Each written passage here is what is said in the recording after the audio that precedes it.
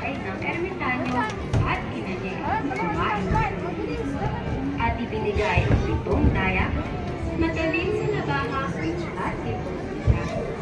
At sinabi na kailangan ingatan niya ang kanyang katawan at patakan ng dayak ang mga sugat nito upang hindi siya matulog. Kailangan din umiwas kung ang ibon ay umipot pagtapos nitong umawit. At kapag nahuli na niya ang ibong Adarna, ay dapat talian niya ito ng gintong sintas na ibinigay sa kanya ng ermitanyo. Naging matagumpay. Ano si ano? Si Taduli. Kasama naman. Kaya na-picture ko sa isa lang.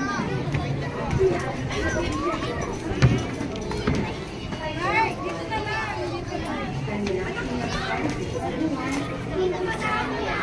Mahulog ka dyan. Oo.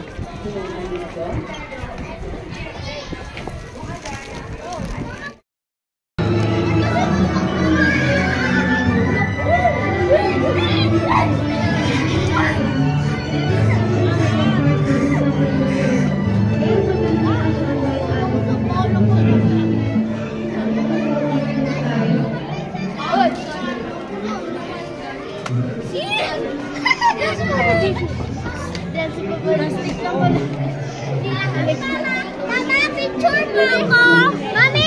Picture kami! Mama, Saan na pupunta? Bakal po po yun.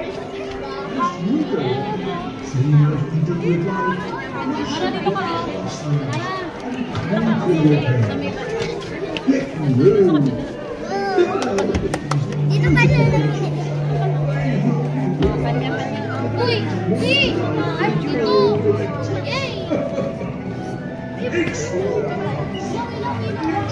Activities